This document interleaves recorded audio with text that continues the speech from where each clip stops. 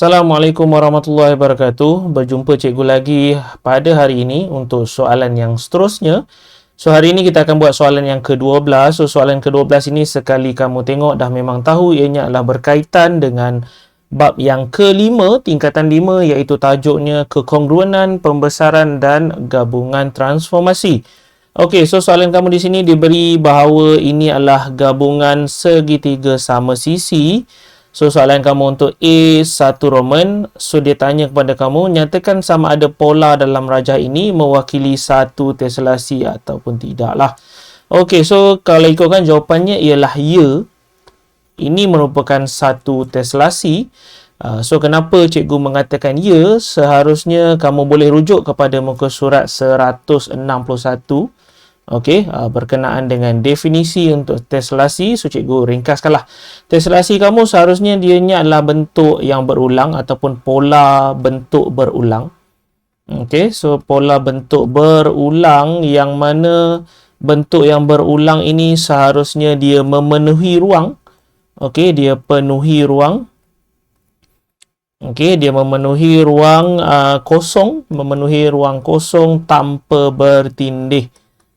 So, tanpa bertindih. So, apabila benda ini berlaku, inilah yang kita kenal sebagai teselasi. Okey, so jawapan kamu seharusnya iyalah. Okey, untuk soalan nombor 2, diberi transformasi P adalah pantulan pada garis DE. So, kita tengoklah. Okey, so P adalah pantulan pada garis DE, manakala Q adalah pantulan pada garis DF. Okey, dengan mengenal pasti imej bagi segitiga ADE di bawah satu gabungan transformasi QP, huraikan selengkapnya transformasi tunggal. Okey, so dia nak yang tunggal. So, di sini dia beri kepada kamu dua transformasi, iaitu Q dan juga P. So, kedua-duanya ialah pantulan. Okey, so Q kamu ini adalah pantulan pada DF. So, P kamu adalah pantulan pada DE. So, kalau kita highlightkan kepada gambar, so inilah kamu punya DE. So, inilah kamu punya DF. Okey, so soalan kamu dia suruh kamu kenal pasti imej bagi ADE. So, untuk soalan kamu, imej kamu duduk di sinilah. Objek. So, objek kamu duduk di sini. So, yang pertama kalinya dia mengalami P. Okey, seharusnya P duduk di belakang, bermaksud P akan hadir terlebih dahulu.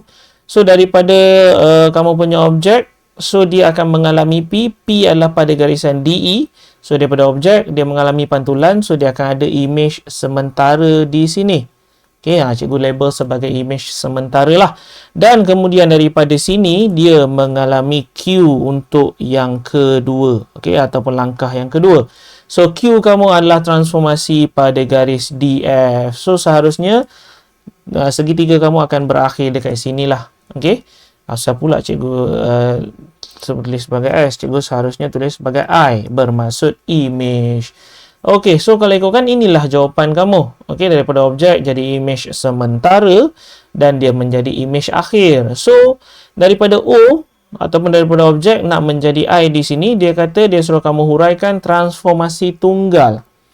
Okey, so yang ni asalnya 2, so kali ni kita nak yang tunggal. Seharusnya kalau kamu tengok dengan baik, ini boleh cikgu katakan bahawa berkemungkinan sekejap cikgu lukis sedikit garisan dia supaya kamu mungkin lebih nampak. Okey, jawapan yang cikgu nampak jawapan yang cikgu nampak adalah pantulan. Okey, apa yang cikgu nampak ialah pantulan. Okey. So, cikgu lukis dekat situ mungkin kamu lebih nampak. So, apa yang cikgu boleh nampak daripada O nak menjadi imej ataupun daripada objek nak menjadi imej ini, ianya transformasi tunggal berkaitan pantulan. Okey, berkaitan pantulan pada garis. Okey, pada garis DC. Boleh kita katakan bahawa ini adalah pantulan pada garis DC. So, dia daripada objek boleh jadi imej. So, itulah dia punya transformasi tunggal. Daripada 2 asalnya, so kita dah menjadikan satu sahaja, iaitu pantulan pada garis DC. Ataupun mungkin kamu boleh kata ianya adalah putaran. Okey. So, macam mana dia boleh jadi putaran? Sebab daripada katakanlah E. Okey. So, kita ambil E. So, E kamu ini kita pusingkan ke sebelah sini. Okey, so E kamu kita pusingkan sampai ke bawah sepatutnya. seharusnya dia akan jadi B. Okey, daripada E kamu, kita pusingkan, dia akan jadi B. Manakala sekiranya A, kalau kita pusingkan, okey, kita pusingkan, daripada A, seharusnya dia akan jadi F. So, F kamu dekat sini. Okey, so, di sini kita boleh katakan bahawa ianya adalah putaran 120 darjah. Okey, so cikgu tulis lagi satu jawapan. So, putaran 120 darjah ikut arah jam. Alright, so ikut arah jam pada pusat. Pada pusat iaitu D lah. Okey, so kamu ada dua lah jawapan. So kamu tengok macam mana cikgu dah terangkan untuk pantulan tadi pada garis DC, cikgu dah terangkan. So yang kedua boleh jadi ianya adalah putaran 120 darjah. Mana cikgu tahu 120 darjah? Katakanlah kita ambil E sehingga ke B dekat sini. So ini adalah segitiga sama kaki. So apabila segitiga sama kaki, kalau kita keluarkan sudut dekat sini 60. Okey, so ini pun juga 60 sama. So, yang atas ni juga adalah 60 sebab dia sama kaki. So, sudut di dalamnya adalah sudut nilai yang sama. So, 60 tambah dengan 60. So, itulah yang menjadikan ianya 120. Okey, so cikgu harap kamu boleh nampaklah di sini bahawa ianya adalah putaran. So, kamu ada dua jawapan. Terpulanglah mana satu yang kamu nak pilih untuk transformasi tunggal. Okey, sebab ada 4 markah dekat situ. Okey, so selesai untuk A2 Roman. So, kita beralih kepada B. Okey, so untuk B, segitiga ABC ialah image. Okey, so segitiga kamu ni adalah image. So, kita tengoklah.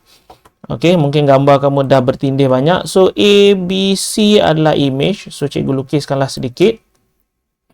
So, ABC kamu yang besar.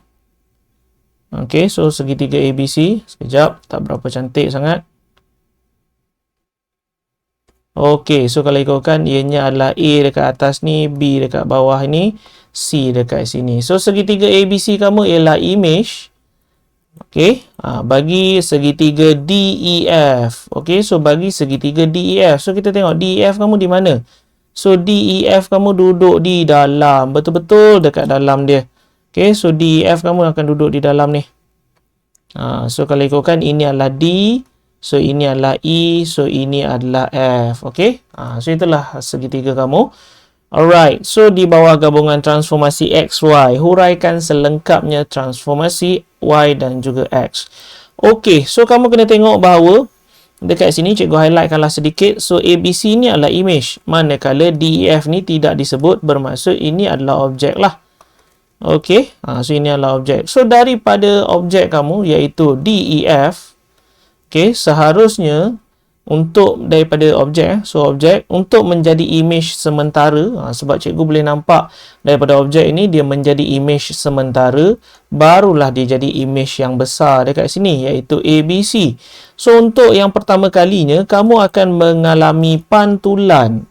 Okey, seharusnya yang pertamanya kamu akan mengalami pantulan lah.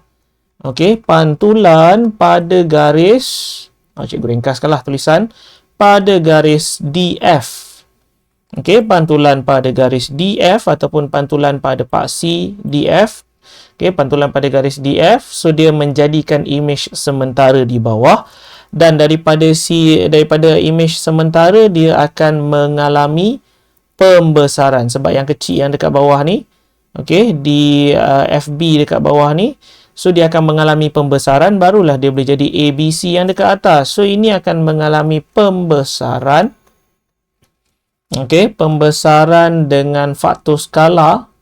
Dengan faktor skala 2. Okey, pada pusat B. Okey. So, macam mana cikgu tahu ianya adalah pembesaran? Kamu tengoklah asalnya daripada objek. Okey, kemudian dia menjadi image sementara di bawah.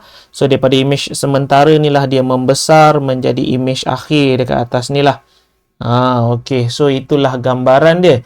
So, ini image akhir. So, pastinya dia mengalami pembesaran dengan faktor skala 2. Cikgu tertinggal perkataan skala, faktor skala.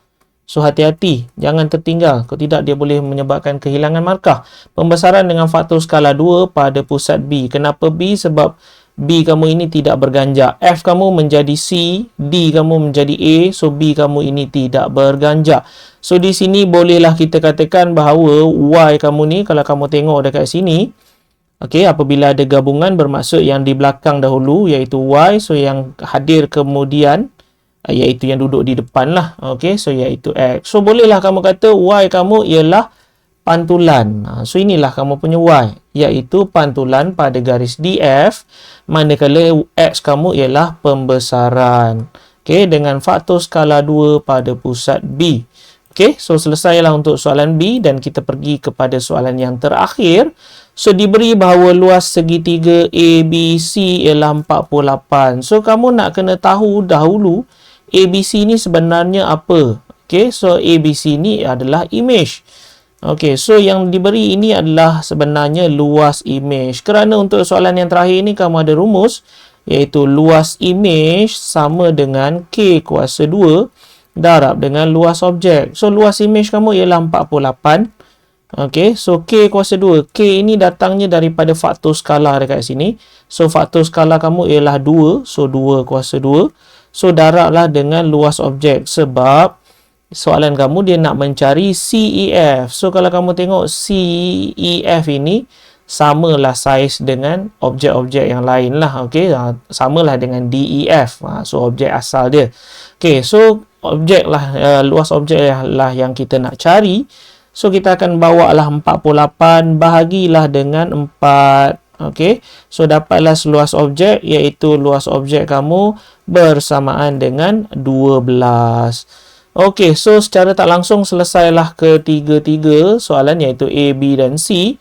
Okey, so cikgu harap dengan sedikit penerangan ini membantu kamu untuk menyelesaikan masalah berkaitan dengan bab ini.